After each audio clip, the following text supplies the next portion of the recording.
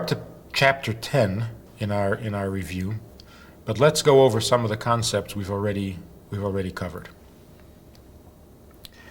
The Tanya tells us that we have two souls, a human soul and a godly soul. In the human soul, there are two kinds. There's the kind that has a natural inborn goodness, which it needs to elevate to godliness.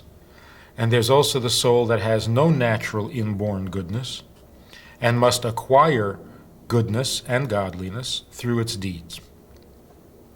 Then there's the godly soul, which is a little piece of God from above that is breathed into the body, and God breathed a soul into the body, as it says in Genesis.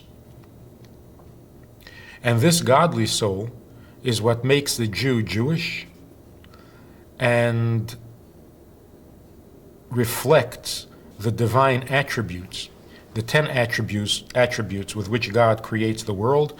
The godly soul has those same 10 attributes, 3 intellectual functions and 7 emotions.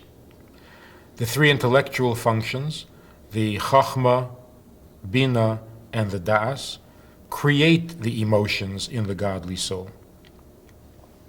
In the human soul, there is intellect and emotion, but the relationship between them is somewhat different.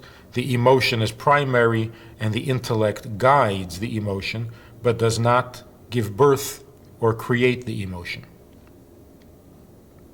Now, in godliness, the definition that the Tanya gives us, godly means that which is transparent to godliness. Those things in creation that don't block or hide or conceal its creator, but rather allow the creator to be visible, to be evident.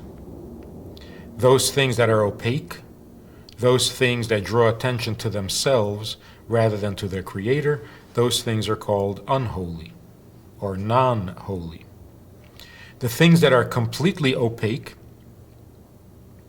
the things that show absolutely no sign of a creator and draw attention exclusively to themselves or to itself, those things are called completely dark, completely unholy. Those things that are somewhat translucent, they don't disappear, they're not completely transparent, but they also don't deny utterly the existence of a creator. Those things are called neutral. These are the permissible things. It's not a mitzvah, it's not a positive commandment to do it or to eat it or to use it. It's also not a sin, so it's not prohibited. So that's called the permissible, kind of the neutral, the gray area. It is not godly because it doesn't reveal its creator. It's not completely forbidden because it doesn't utterly deny its creator. And in this area, the quality, the condition, is determined more by how we use it than by its natural state. So that, for example, a dollar bill, if it's honestly attained, there's no sin involved, it's just a neutral dollar bill, it does not reveal its creator, even if it does say in God we trust on it, but it doesn't reveal its creator. It's not holy in any way, but it also is not unredeemably unholy. So if you give the dollar bill to charity, it becomes holy. It's available to holiness if it's used in a holy fashion.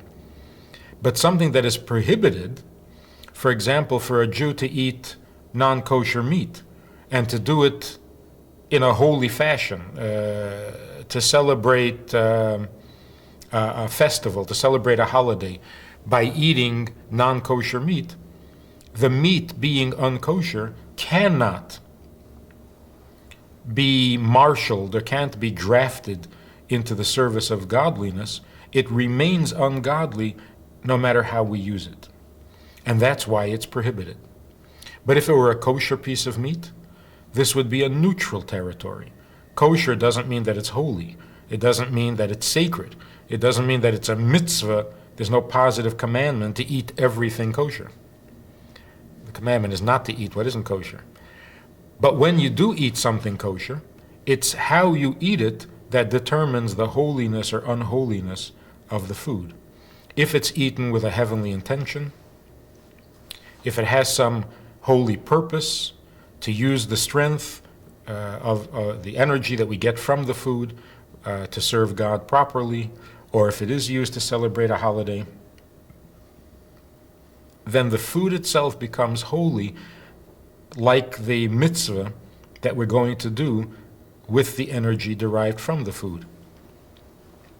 If a person eats kosher food, but he eats it gluttonously and without any holy intention or purpose, without any uplifting value, then it is dragged down into unholy because it becomes a corrupting influence. So there is the neutral and there is the forbidden, which are both unholy but to different degrees. And then, of course, there is the holy, that which is sacred, the commandments, the positive things. Now, the soul, even the human soul, that is translucent, the one that has a little native goodness to it and needs to acquire godliness, thrives on those things in the world that are also translucent. For example, kosher food rather than the non-kosher. So for a soul that is translucent, to eat that which is forbidden is incompatible, because that which is forbidden comes from the completely unredeemable, unholy, and that which is translucent is redeemable, is compatible with a soul that is also translucent. Now, all of this is meant to serve as an introduction to how we're supposed to serve God when we have two souls. One soul that draws us towards holy and godly things, and another soul that draws us to selfish, human, natural things. Not necessarily sinful, but at times including the sinful. So how do we handle this struggle? How do we manage in this battle between the holy and the non, between the godly and the human? The person who has this struggle is described in the Talmud as the Beinoni, and the Tanya is written expressly for the Beinoni. So this is all an introduction for the Beinoni to understand where the struggle is and what the struggle is about before we get to how to fight the battle, how to go about the struggle. So now we know that there are two souls. We know what they want, what they desire. We know how they work. They have 10 faculties. They also have 3 garments, thought, speech, and deed. And here the Tanya tells us that the Beinoni is perfect in his thought, speech, and deed. He will always do what is right. He will always say what is right, and he will always think what is right. He will refuse to think what is forbidden. He will refuse to say what is forbidden, and he will refuse to do what is forbidden. So in all 3 garments of his soul, he behaves properly. But in the emotions of the soul, which are sometimes called the essence of the soul, the emotions, the Beinoni cannot control, and he can't change. He has natural emotions.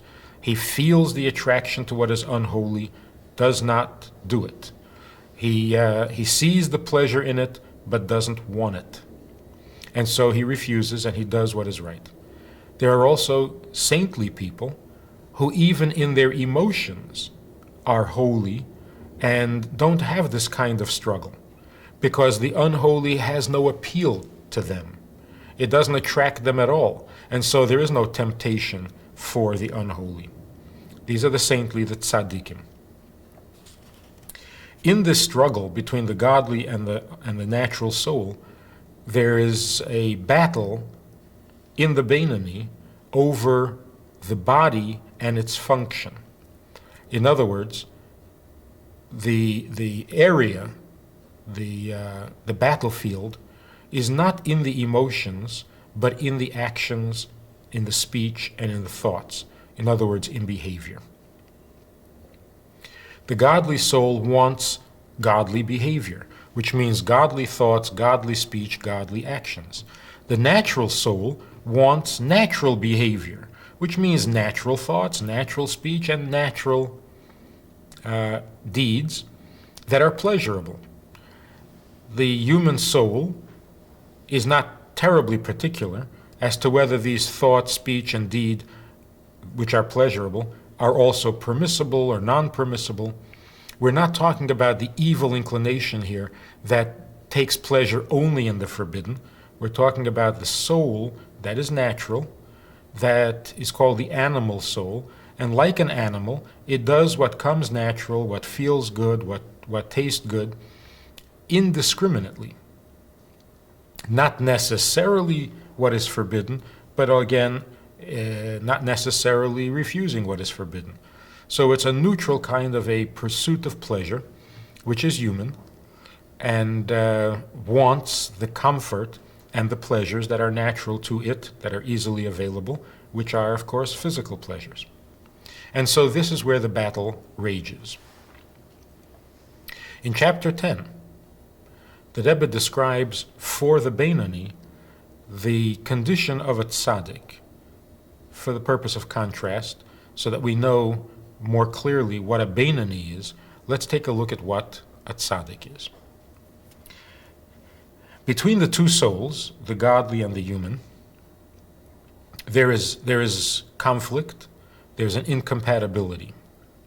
In the tzaddik, the human soul is elevated and is transformed until it becomes godly, until it becomes holy.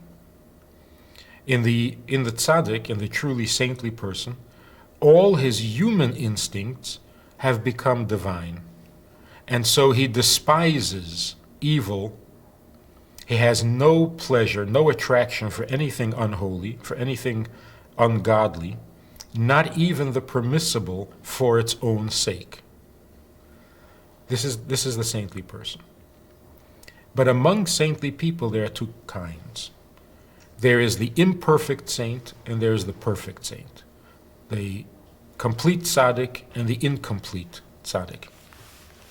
The difference between them is that in the incomplete tzaddik, the rejection and the despising of evil is not utter. It's not complete. And the reason for that is because the love for God is not absolute. The imperfect tzaddik loves God to such a degree that all unholy impulses, not behavior, more than behavior, every impulse, every attraction, every emotion has become exclusively godly, and even the basic human emotions have become holy, and there is no desire whatsoever for anything ungodly. So the love for God cancels, neutralizes, silences every other kind of love, so that the imperfect tzaddik feels, experiences in his heart of hearts, only one emotion, not dual emotions. Only one emotion, a love and a fear and a compassion only of God, of godly things, of holy things. All human emotion is silenced and nullified in the presence of this love for God. Why then is he an imperfect tzaddik? Not that this is our concern, not that we have any ambitions of becoming saintly, but it helps to know, and as we'll see, it's very enlightening to have a glimpse into the nature of a saint. What is an imperfect saint? So the Tanya says, if the love for God was absolute, not just intense and great, but absolute, then all the human instincts would have been transformed into a desire for godliness. In the imperfect tzaddik, His love for God is so strong, so intense, so powerful, that it completely silences, it neutralizes all other desire, all other love. But the human instincts are silenced rather than transformed into godly. They're neutralized. There is no experience of anything, any emotion, any impulse, any instinct that isn't godly. The imperfect tzaddik has no such experience. But it has not been transformed into positive godliness. Which would mean that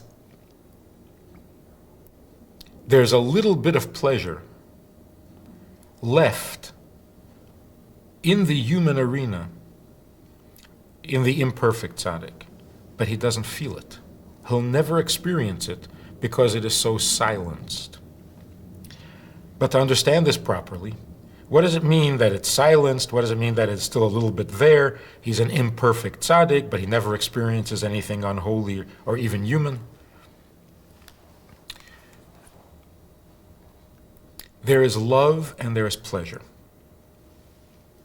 They're very different. Love has a goal. Love wants something. Love reaches, trying to achieve that which it loves, or to get closer to that which it loves. Pleasure exists only when it is close, when it has what gives it pleasure.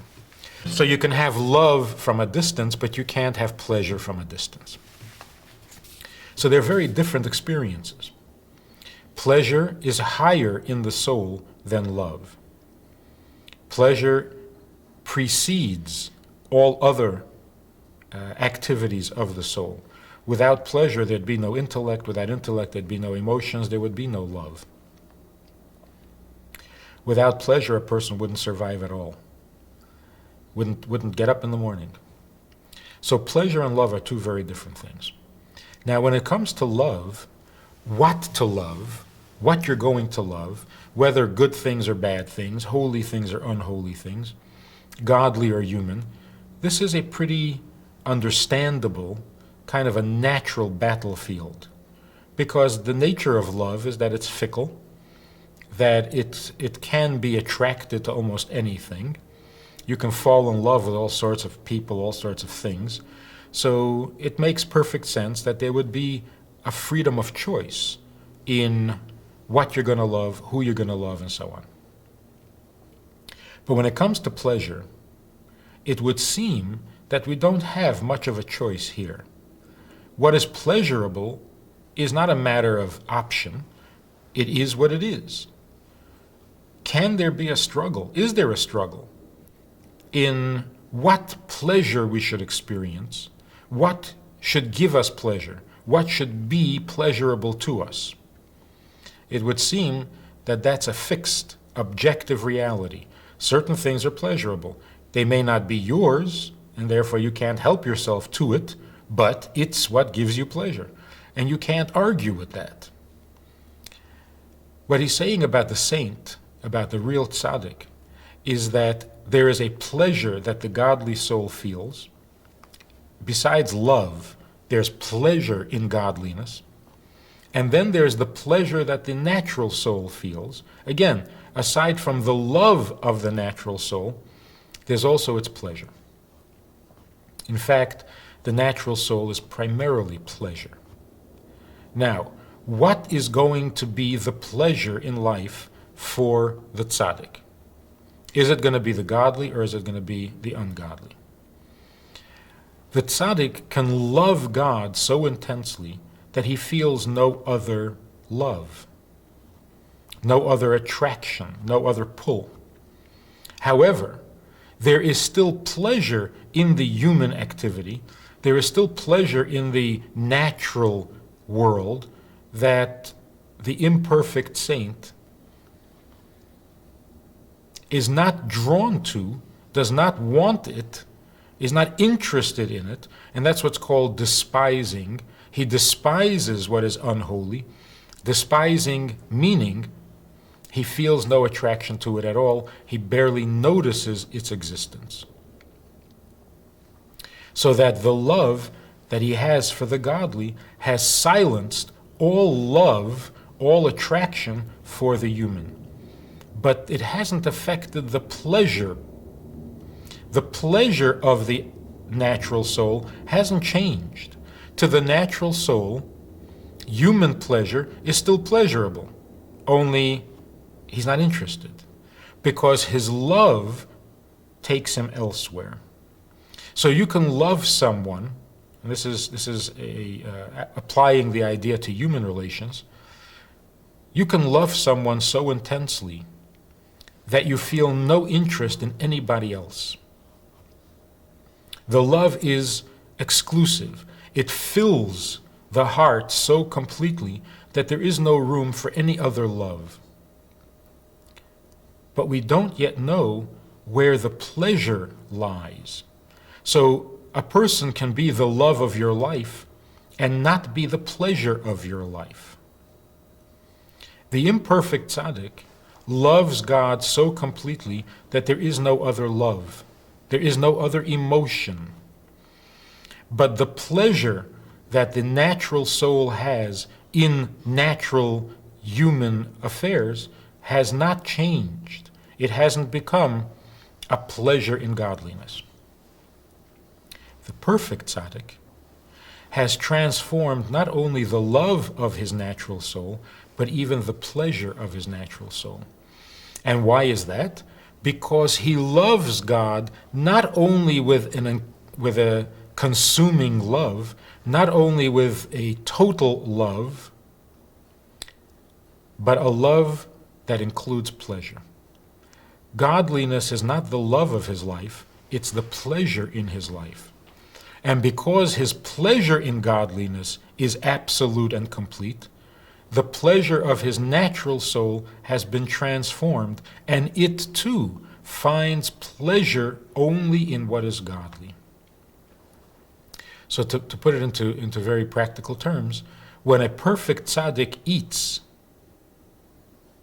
he eats with two souls, the godly soul and the natural soul, and they both take pleasure in the godliness of the food.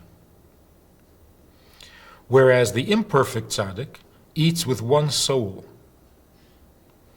His love for godliness is what makes him eat, because there's godliness in the food. But the pleasure that he experiences is only the pleasure of the godly soul. The animal soul, the human soul's pleasure is left out, is neutralized and silenced, because it does not enjoy the mitzvah, and the imperfect tzaddik will not allow it to enjoy what isn't a mitzvah. So when it says the tzaddik eats to satisfy his soul, there's a difference between the imperfect tzaddik and the perfect tzaddik. To the imperfect tzaddik, he eats to satisfy his soul, meaning to the exclusion of the natural soul. And in the perfect tzaddik, he eats to satisfy his soul, means both souls as one. He eats only for the soul. Even the animal soul takes pleasure in the godly.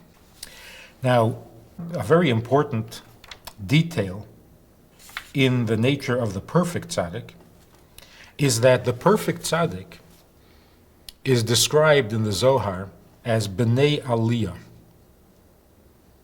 members of the high station. Besides being a perfect tzaddik, they're also called high. And what does the Zohar mean when he says high? When the tzaddik who loves God with a true, consummate love,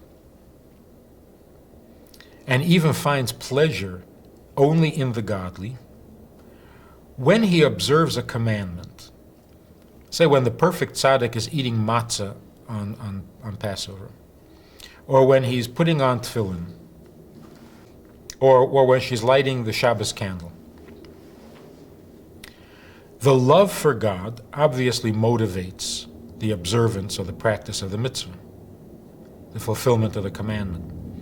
The pleasure that he feels for God obviously makes him want to get closer to God by performing the mitzvah. But here the perfect saint is different from the imperfect saint. The perfect saint is able to put aside the love he feels for God, the passion, the pleasure that he feels for godliness, and he fulfills the mitzvah because it serves God's purpose and not because it satisfies the soul, the love, the pleasure, the yearning, the thirsting of his soul for what is godly. So when it comes to doing the mitzvah, the perfect tzaddik transcends even his godly instincts, even his godly desires, his godly love, his godly pleasure. He puts it all aside.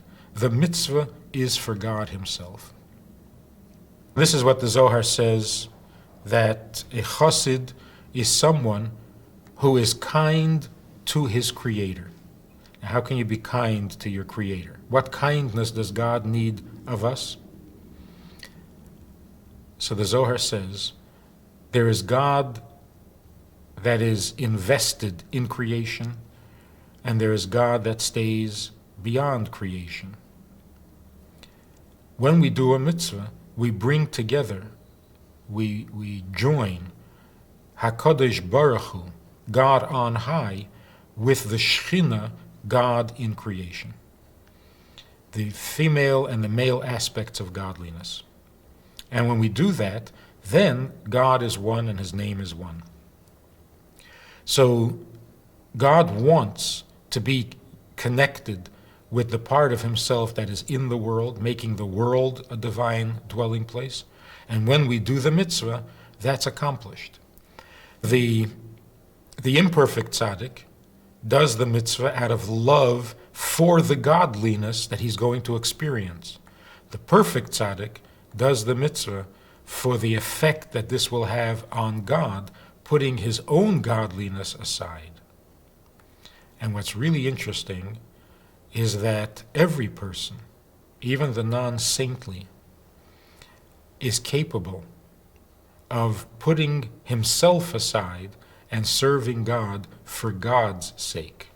So every person can be a little bit of a perfect tzaddik, even though he can't be an imperfect tzaddik, as we will discuss in our next program.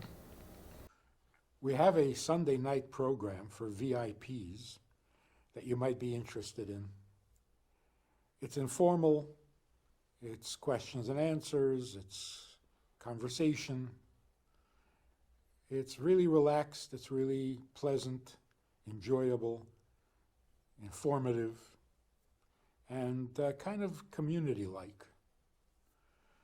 It's a Sunday night program. There's a Wednesday morning program for the VIPs, and there's a Wednesday night program. All of it just conversation, casual, laid back, unscripted. So join us, take a look, click the link below and see which of the three suits you best, and join us for some enjoyable conversation.